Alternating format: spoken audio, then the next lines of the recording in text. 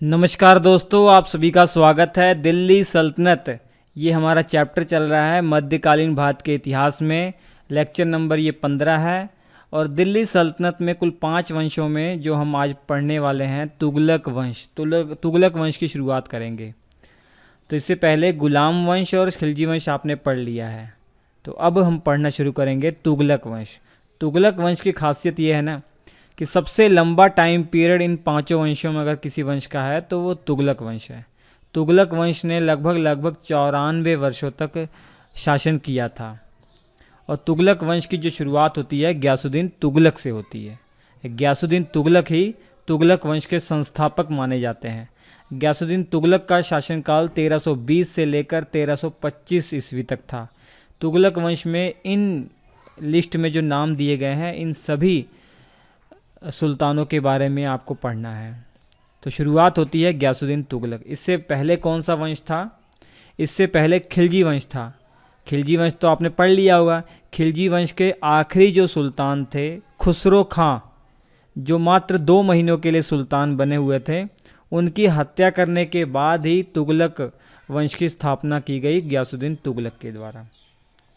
तो गयासुद्दीन तुगलक के बारे में सबसे महत्वपूर्ण और पहला तथ्य तो यही है, इसे गाजी मलिक के नाम से भी जाना जाता है।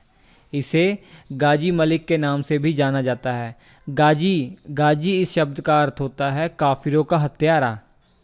काफिर कौन है? ऐसे लोग जो इस्लाम धर्म में ना विश्वास रखते हों उन्हें काफिर कहा गया है। गयासुद्दीन तुगलक के जो पिता थे वो बलबन का नाम आपने सुना हुआ। गुलाम वंश में एक सुल्तान थे बलबन के टाइम पीरियड पर अपना काम शुरू किया था या उनकी सेवाएं करना शुरू किया था।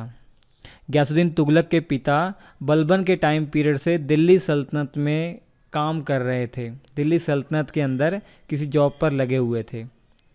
अगर गयासुद्दीन तुगलक की बात करें तो गयासुद्दीन तुगलक अलाउद्दीन खिलजी के टाइम पीरियड से बहुत ऊपर उठ के आया। क्यों? क्योंकि 1305 ईस्वी में इसने मंगोलों को हरा दिया था। ये उत्तर पश्चिम वाला जो इलाका है यहाँ पर मंगोलों का आक्रमण हुआ करता था। तो यहीं पर इसने 1305 ईस्वी में अमरोहा की लड़ाई में मंगोलों को हरा दिया था। इसके बाद अलाउद्दीन खिलजी ने खुश होकर इसे मुल्तान का गवर्नर बना दिया अथवा मुल्तान का सूबेदार बना दिया। आगे चलकर ये दीपालपुर का गवर्नर बन गया। मुल्तान और दीपालपुर दोनों ही आज पाकिस्तान में ये एरिया पड़ता है। तो अलाउद्दीन खिलजी के टाइम पीरियड पर इसका बहुत विकास हुआ। इससे पहले बहुत छोटे पद पर था। एकमात्र अंगरक्षक के अंदर जो अंगरक्षक अधिकारी होते हैं उन्हीं के अधीन ये काम करता था। तो धीरे धीरे इसका विकास हुआ। देखिए कहाँ तक ये पहुँच गया। और बाद में खुसरो खां की हत्या करने के बाद 1320 ईस्वी में ये सुल्तान बन गया। जो टोटल 5 वंश है दिल्ली सल्तनत के अधीन है, तो 5 वंश है तो 5 संस्थापक भी हैं। तो गयासुद्दीन तुगलक एकमात्र ऐसा संस्थापक है जो निर्विरोध सुल्तान बन गया। मतलब आमतौर पर होता क्या है कि जब भी नया सुल्तान बनता है, कोई नया वंश आता है तो बहुत विरोध होता है, लेकिन गयासुद्दीन तुगलक के टाइम पीरियड पर इसका कोई विरोध नहीं हुआ, बहुत कम विरोध हुआ। अर्थात आसपास के जो सूबेदार थे, कुछ सूबेदारों को छोड़कर बाकी जो मेजॉरिटी में सूबेदार थे किसी ने कोई विरोध नहीं किया। अब गयासुद्दीन तुगलक सुल्तान बन चुका है। अब गयासुद्दीन तुगलक के बारे में जानकारी का स्रोत क्या है, ये भी प्रश्न पूछा जा सकता है कि गयासुद्दीन तुगलक के बारे में इतनी सारी हम जानकारी आपको देने वाले हैं, वो सब जानकारियाँ इतिहासकारों को कहाँ से मिली हैं जो हमारे सिलेबस में हैं। तो जानकारी के मुख्य 3 स्रोत हैं, जियाउद्दीन बर्नी और इब्न बतूता। जियाउद्दीन बर्नी की पुस्तक तारीख़ फ़िरोज़शाही है। इब्न बतूता की जो यात्रा वृत्तांत या कहा जाए इसकी पुस्तक है रेहला। इब्न बतूता मोहम्मद बिन तुगलक के टाइम पीरियड पर भारत आया था। ये एक यात्री था जो मोरक्को का यात्री था। अफ्रीका में एक जगह है मोरक्को, वहाँ का ये यात्री था, भारत में आया था, मोहम्मद बिन तुगलक के टाइम पीरियड पर आया था। इसने रेहला पुस्तक लिखी है, उसमें बहुत सारी जानकारी गयासुद्दीन तुगलक के बारे में भी लिखी है। इसके अलावा अमीर खुसरो के बारे में भी आपने पढ़ा था। अलाउद्दीन खिलजी के टाइम पीरियड पर जो उसका दरबारी कवि था अमीर खुसरो ने भी बहुत अधिक जानकारी गयासुद्दीन तुगलक के बारे में दी है। ये मैप आपको बार बार दिख रहा है तो ये समझ लीजिए मैप। ये जो डार्क ग्रीन कलर में साम्राज्य फैला हुआ है ये साम्राज्य तुगलक वंश के द्वारा 1320 ईस्वी से लेकर 1330 ईस्वी तक फैलाया गया। और बाकी का जो लाइट ग्रीन में है पूरा जो साम्राज्य है, डार्क और लाइट दोनों मिलाकर, ये 1330 ईस्वी के बाद फैला है। मुख्य तौर पर 1330 से लेकर 1335 ईस्वी के बीच में साम्राज्य फैलाया गया था। ये मोहम्मद बिन तुगलक के टाइम पीरियड पर फैला हुआ था। गयासुद्दीन तुगलक और मोहम्मद बिन तुगलक ने 1320 से 30 ईस्वी के बीच में ये डार्क वाला एरिया तक अपना साम्राज्य फैला लिया था। इसके बाद मैं आपको बता दूं, दिल्ली सल्तनत का ये सुल्तान गयासुद्दीन तुगलक जो था, इसके बारे में एक महत्वपूर्ण पूछा जाता है प्रश्न कि इसने मंगोलों को कितनी बार हराया। तो अमीर खुसरो के अनुसार अगर देखा जाए, अमीर खुसरो ने कहा है कि गयासुद्दीन तुगलक ने 18 बार मंगोलों को हराया है। लेकिन बर्नी की माने तो बर्नी ने कहा है, जियाउद्दीन बर्नी ने, कि गयासुद्दीन तुगलक ने 20 बार मंगोलों को हराया है। इसके अलावा इब्न बतूता की रहला पुस्तक में अगर देखें तो ये जानकारी मिलती है कि 29 बार गयासुद्दीन तुगलक ने मंगोलों को हराया है। और इब्न बतूता की पुस्तक में ये मेंशन किया गया है कि 29 बार हराने की जानकारी ये कहाँ से मिली है। जामा मस्जिद जो है, मुल्तान की जो जामा मस्जिद है, वहीं पर एक अभिलेख मिला है, एक लेख मिला है, उसी से ये जानकारी मिलती है कि 29 बार गयासुद्दीन तुगलक ने मंगोलों को हराया है। ठीक है। और गयासुद्दीन तुगलक की उपाधि की अगर बात करें तो अल शहीद उपाधि थी। गयासुद्दीन तुगलक की जो उपाधि है अल शहीद, ये जानकारी हमें कहाँ मिली है। गयासुद्दीन तुगलक का जो बेटा मोहम्मद बिन तुगलक है, जो जोना खां के नाम से भी जाना जाता है, इसी के टाइम पीरियड पर इसने एक सिक्के चलवाए थे, उसमें अपने पिता की उपाधि अल शहीद इसने लिखवाई थी। और सुल्तान की जो माता थी हिंदू थी, और सुल्तान के जो पिता थे गयासुद्दीन तुगलक की माता हिंदू थी, एक जाट, हिंदू जाट थी। और सुल्तान के जो पिता थे ये तुर्क एक गुलाम हुआ करते थे। ठीक है। और तुगलकाबाद का निर्माण, तुगलकाबाद जो नगर बसाया गया था, ये गयासुद्दीन तुगलक के द्वारा ही बसाया गया था। दिल्ली के पास है, दिल्ली के पास तुगलकाबाद नगर बसाने का काम गयासुद्दीन तुगलक ने ही किया था। ये देख लीजिए, तुगलकाबाद का जो किला है ये है, ये तुगलकाबाद का किला है, ये बनवाया गया था इसी के टाइम पीरियड पर। इसके अलावा इसका मकबरा भी तुगलकाबाद में है। ये मकबरा देख लीजिए, गयासुद्दीन तुगलक का मकबरा जो है वो तुगलकाबाद में ही है, इसका मकबरा तुगलकाबाद में ही है। ठीक है। इसके बाद हम पढ़ेंगे वारंगल अभियान। गयासुद्दीन के द्वारा वारंगल अभियान और बंगाल अभियान, ये पढ़ना है आपको। वारंगल अभियान, वारंगल अभियान ये देखने के बाद आपको ये याद हो गया होगा कि वारंगल में तो काकतीय वंश का राज था। किसका राज था? काकतीय वंश का राज था। और काकतीय वंश के जो शासक थे वहाँ पे प्रताप रुद्र थे, प्रताप रुद्र द्वितीय वहाँ पे रूल कर रहे थे। आज का जो आंध्र प्रदेश तेलंगाना वाला जो क्षेत्र है, यहाँ पर काकतीय वंश का रूल हुआ करता था। सबसे पहले 1310 ईस्वी में, कब?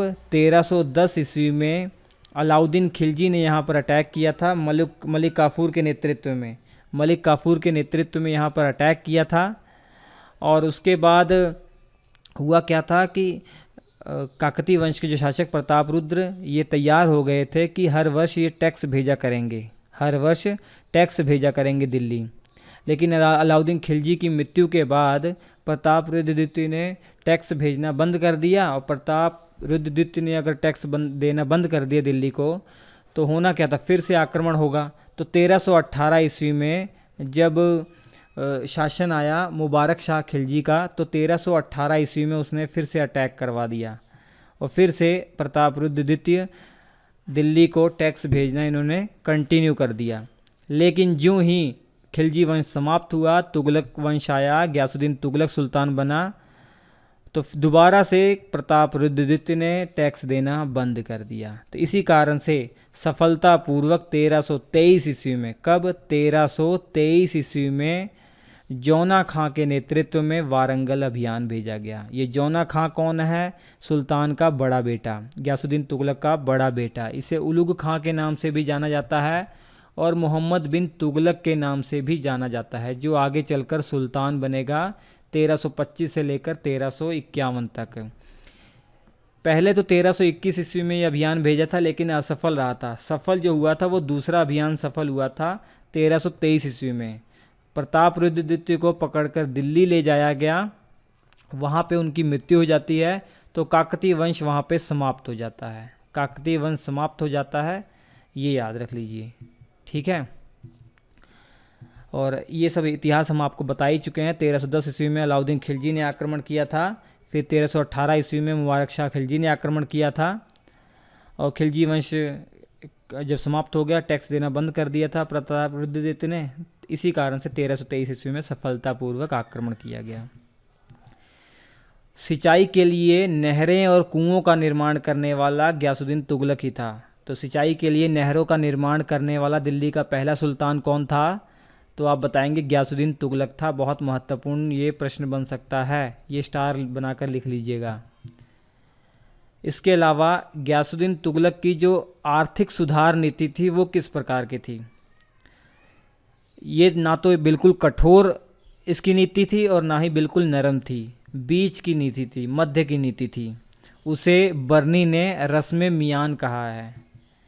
अलाउद्दीन खिलजी की तो बहुत कठोर नीति थी, 50% वो टैक्स लिया करता था, जितनी भी उपज होती थी उसका 50% ले लिया करता था। आपको मालूम ही है, मुख्य तौर पर जो गंगा यमुना के बीच का दोआब वाला जो क्षेत्र है, यहाँ पर तो खास कर वो 50% जो भाग है, जितनी भी कृषि से आए हुए उसका 50% ले लिया करता था अलाउद्दीन खिलजी।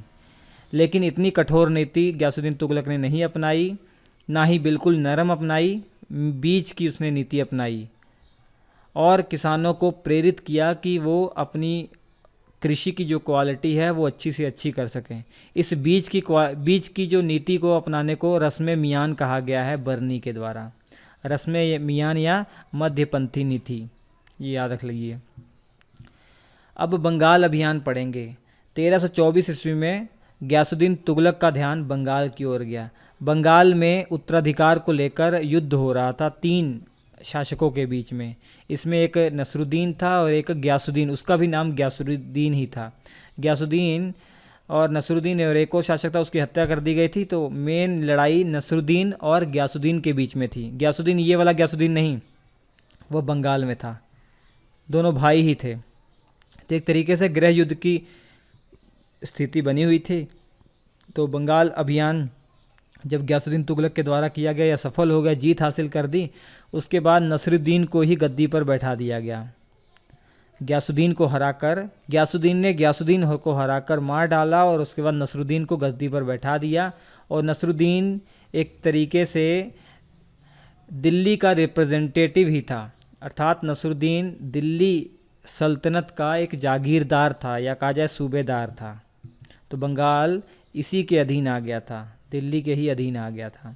अब मृत्यु कैसे हुई? ज्यों ही बंगाल अभियान पूरा करके दिल्ली की ओर रवाना हुआ गयासुद्दीन तुगलक, तो दिल्ली से कुछ दूरी पर, लगभग 6-7 किलोमीटर की दूरी पर एक लकड़ी का महल बनवाया गया, जिसमें स्वागत हुआ, एक भव्य स्वागत करने का प्रयास किया गया मोहम्मद बिन तुगलक के द्वारा।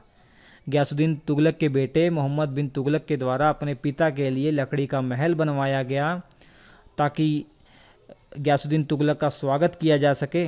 तो गयासुद्दीन तुगलक उस लकड़ी के महल में गया और अपने छोटे बेटे महमूद खान को भी ले गया, लेकिन वो गिर जाता है, धड़ाधड़ करके गिर जाता है और उसी में बाप बेटे दोनों की मृत्यु हो जाती है। अर्थात मोहम्मद बिन तुगलक का जो छोटा भाई और इसके पापा दोनों उसी में दबकर मर गए। लेकिन इब्न बतूता की अगर माने, इब्न बतूता ने कहा कि ये नेचुरली नहीं हुआ था, ये साजिश की गई थी मोहम्मद बिन तुगलक के द्वारा। मोहम्मद बिन तुगलक के द्वारा ही ऐसा करवाया गया था। क्यों ऐसा कहा इब्न बतूता ने? इब्न बतूता ने इसलिए कहा क्योंकि लकड़ी के महल के अंदर जाने के बाद हाथियों की परेड करवाई गई थी और मोहम्मद बिन तुगलक ये जानता था कि अगर हाथियों को उसके पास ले जाकर, महल के पास ले जाकर खड़ा करके उनकी परेड करवाएंगे तो धमक से, कंपन से वो लकड़ी का महल गिर जाएगा, वो जानता था। इसलिए इब्न बतूता ने कहा कि ये एक साजिश थी। एक और इम्पोर्टेंट और इंटरेस्टिंग फैक्ट मैं आपको बताऊं, हजरत निजामुद्दीन औलिया का नाम तो आपने सुना होगा। हजरत निजामुद्दीन औलिया ये अमीर खुसरो के गुरु हुआ करते थे। अमीर खुसरो को आप जानते ही हैं। अमीर खुसरो ने कव्वाली गायन को प्रचलन करवाया है।